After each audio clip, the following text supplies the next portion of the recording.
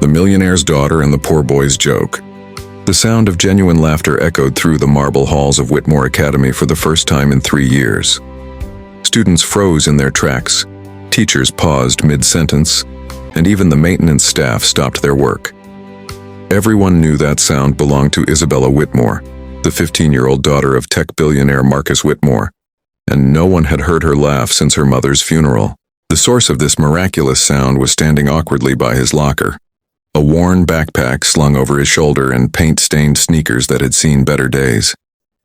Danny Martinez, the scholarship kid from the wrong side of town, had just told a joke so terrible, so wonderfully ridiculous that it had accomplished what 3 years of expensive therapy, luxury vacations, and countless attempts by friends and family had failed to achieve.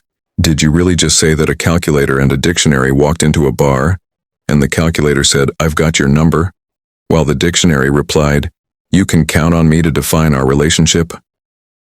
Isabella managed between giggles, tears streaming down her cheeks for reasons she couldn't quite understand. Danny's face turned the color of his faded red t-shirt. "I warned you my jokes were terrible," he mumbled, suddenly aware that half the school was staring at them. He had been trying to cheer up the girl who always sat alone at lunch, the one who looked like she carried the weight of the world on her designer-clad shoulders. He never expected his attempt at humor would create such a scene. Isabella Whitmore had been living in a world of muted colors since the day her mother, renowned philanthropist and environmental activist Catherine Whitmore, died in a car accident. The vibrant, curious girl who once filled their mansion with friends and laughter had retreated into herself, going through the motions of living without truly being alive. Her father, consumed by guilt and his own grief, had thrown himself deeper into his work, leaving Isabella to navigate her pain largely alone. The exclusive private school felt like a prison of privilege, where everyone knew her story but no one knew how to help her heal. Classmates either treated her like fragile glass or avoided her altogether, unsure how to act around the grieving heiress. Teachers spoke to her in hushed, pitying tones that made her skin crawl. Even the school counselor seemed more interested in discussing her adjustment issues than actually listening to her. Then Danny Martinez arrived on a full academic scholarship, brilliant in mathematics and science but woefully out of place among the children of senators, celebrities, and corporate moguls. He wore the same 3 shirts in rotation, brought lunch in a brown paper bag, and had never heard of half the vacation destinations his classmates casually mentioned. But he had something that money couldn't buy: an unshakable optimism, and a gift for seeing humor in the darkest situations. Their worlds collided during a particularly brutal chemistry lab where Isabella's partner, concerned about his manicure, refused to handle the equipment. Danny, working alone as usual, noticed her frustration and quietly slid over to help.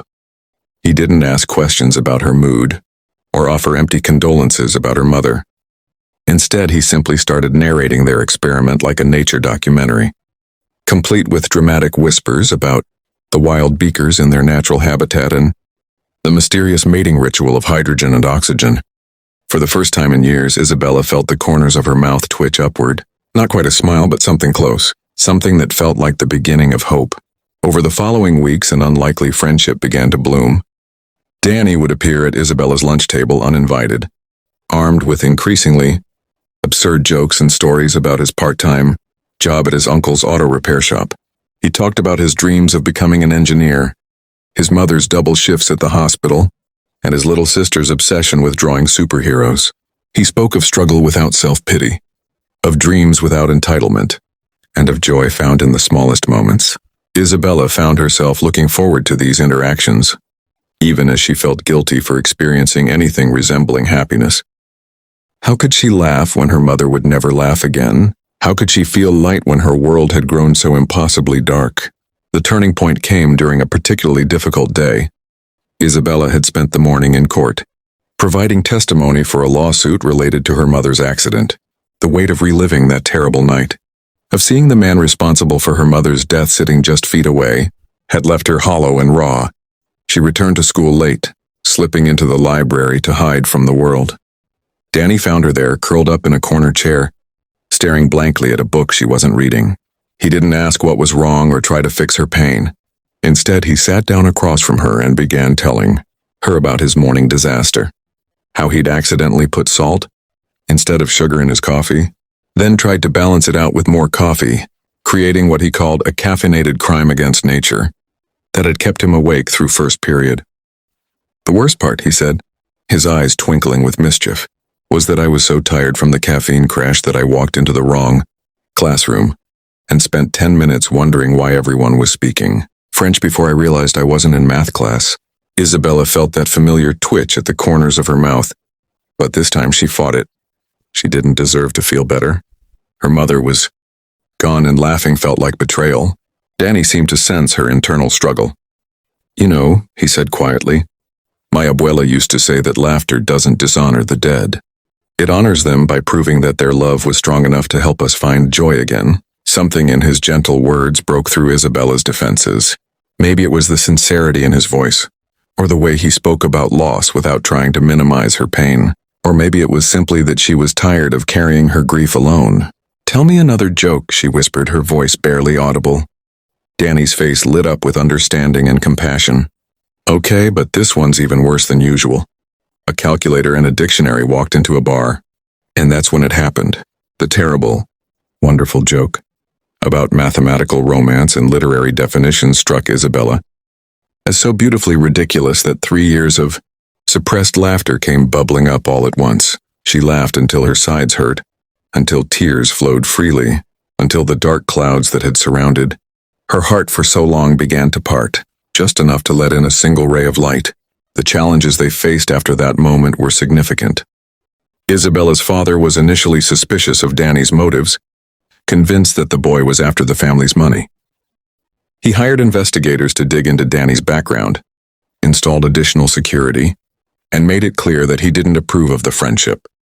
The revelation that someone was investigating his family sent Danny into a tailspin of hurt and anger. He confronted Isabella, feeling betrayed that she hadn't warned him about her father's actions. I thought we were friends, he said.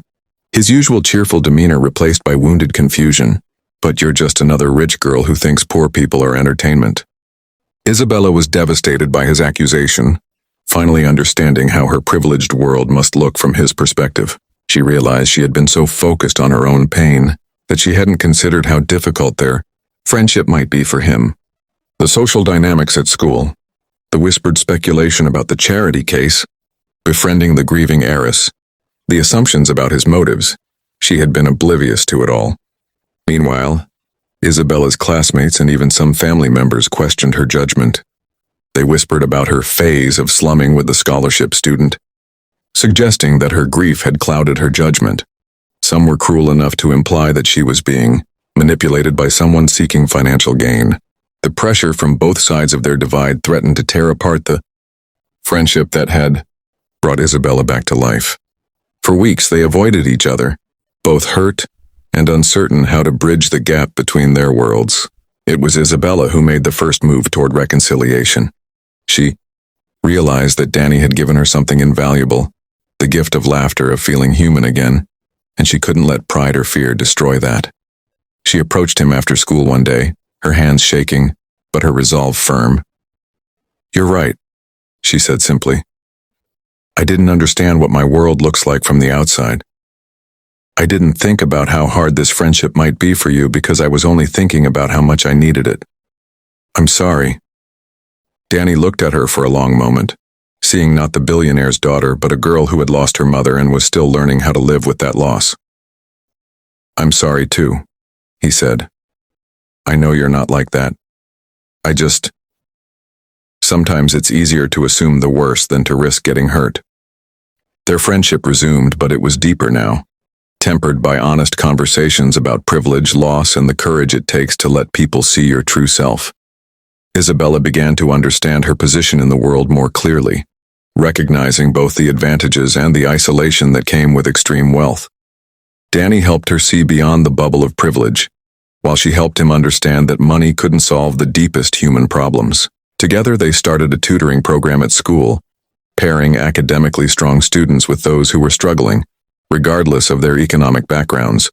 They organized fundraisers for local charities, with Isabella using her connections and Danny providing the grassroots energy and authentic understanding of community needs.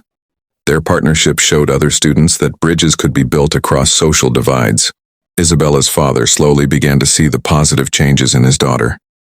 The girl who had been retreating from life was now engaged, passionate, and genuinely happy for the first time since her mother's death. He realized that Danny hadn't been trying to take advantage of Isabella's vulnerability. Instead, he had helped her find her strength again. The healing wasn't linear or complete.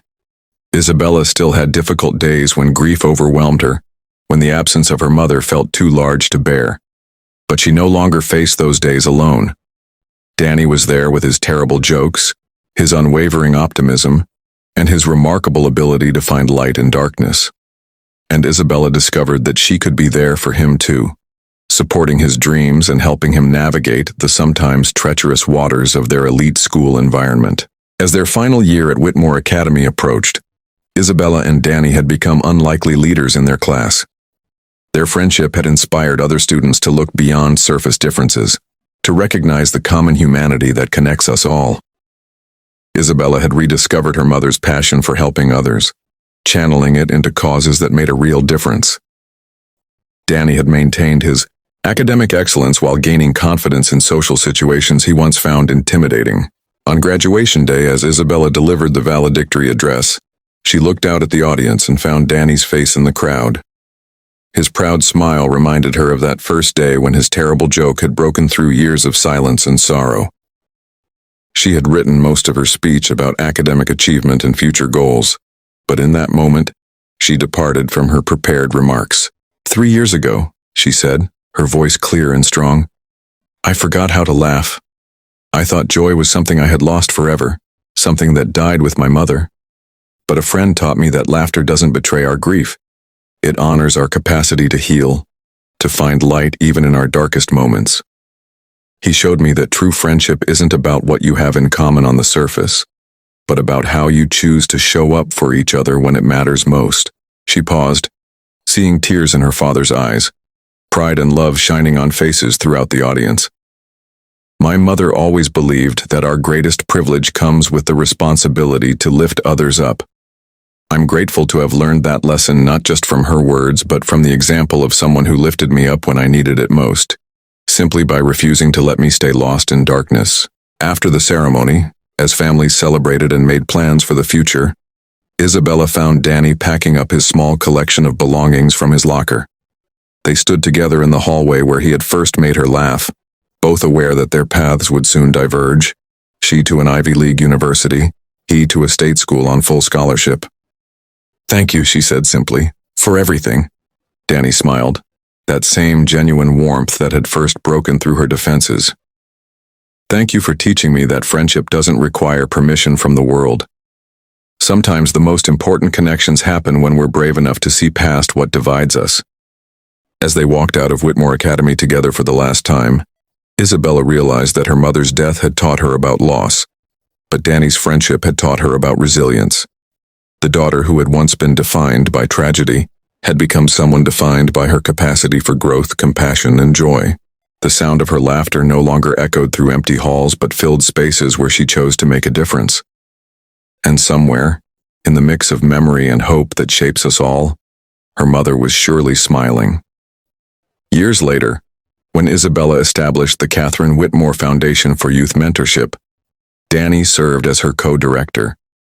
Their partnership continued to prove that the most powerful transformations happen when we have the courage to reach across divides, to see the humanity in each other, and to remember that sometimes the smallest gestures, even a terrible joke told at just the right moment, can change everything.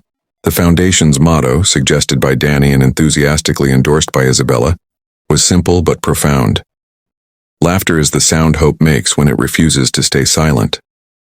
Thank you for joining me on this emotional journey. Isabella and Danny's story reminds us that healing often comes from the most unexpected places, and that true friendship has the power to transform even our darkest moments into sources of strength and hope. What moments in your own life have been transformed by unexpected friendship or kindness? I'd love to hear your thoughts and experiences in the comments below. If this story touched your heart, please give it a thumbs up and share it with someone who might need to hear this message of hope and resilience. Don't forget to subscribe to Trillionaire and Love for more inspiring stories that celebrate the power of human connection. Hit that notification bell so you never miss a story that might just change your perspective on life.